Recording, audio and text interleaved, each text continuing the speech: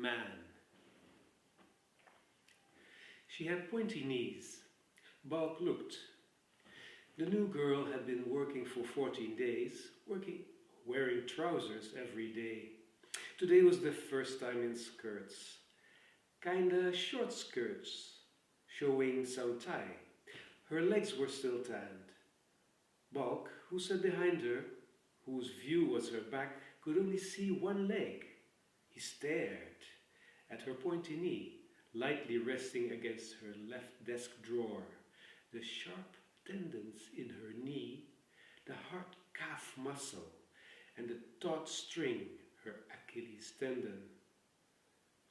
Bulk had been into bony women all his life. This girl came close to perfection. He stared. Half-forgotten impulses welled up in him like yellowing documents dropping out of a filing cabinet. Look ahead, he told himself, but that was the problem. He was looking ahead. He forced himself to look down on his screen in his desk drawers.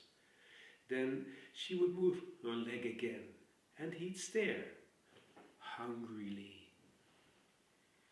His dick, safely tucked in his briefs, stirred a bit. Involuntarily he looked down.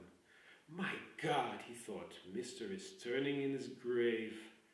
He grimly laughed within himself. He shifted. Now, that's it, Bulk, he admonished himself. He managed to focus on his work the rest of the morning. At lunch, he didn't go to the break room. He took a walk in town in the cold and the fresh air. It would do him good, he thought. But in the afternoon, he was covertly watching the leg again. And again there was movement in the crotch area. Down, puppy, he mumbled. That's over and done with. That was something of his later years, talking to his body parts. Come on, old boy, he often told his left leg. When rising in the morning, it didn't want to cooperate, so he limped the first 15 minutes of the day. At night, he spoke soothingly to his heart.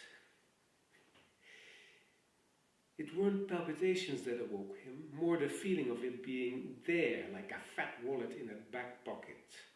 56 he was now, first marriage over, the second being lived one day at a time. He had given up sex 4 years ago. His wife had let him know not to care so much for it anymore. Almost immediately, lust left him because he was attached to the illusion of mutual joy. Abstinence had not been hard.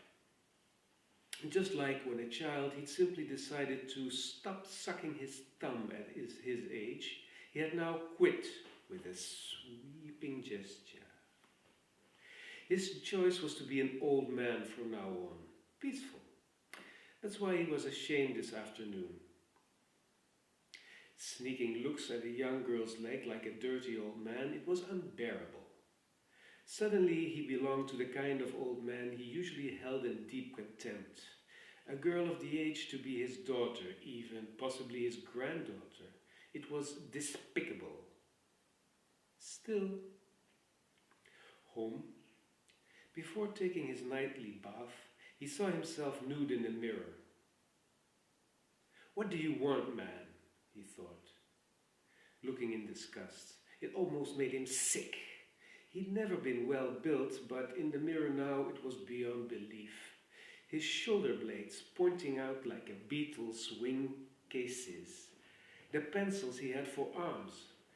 The old vulture's neck. And down, like a blasphemy, his stomach and his belly.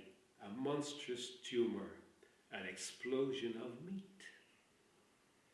Look at it good, he told himself. Is all that nonsense over now? The next day, to his relief, the girl in his office wore long trousers once again.